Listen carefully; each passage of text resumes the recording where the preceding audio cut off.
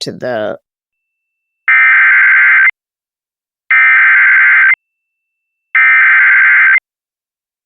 The National Weather Service in Wilmington has issued a severe thunderstorm warning for northeastern Hamilton County, southeastern Butler County, northwestern Clermont County, southwestern Warren County, until 4:30 p.m. At 3:53 p.m., a severe thunderstorm was located over Wyoming, moving east at 15 miles an hour. Hazard, 60 miles an hour wind gusts. Source, radar indicated.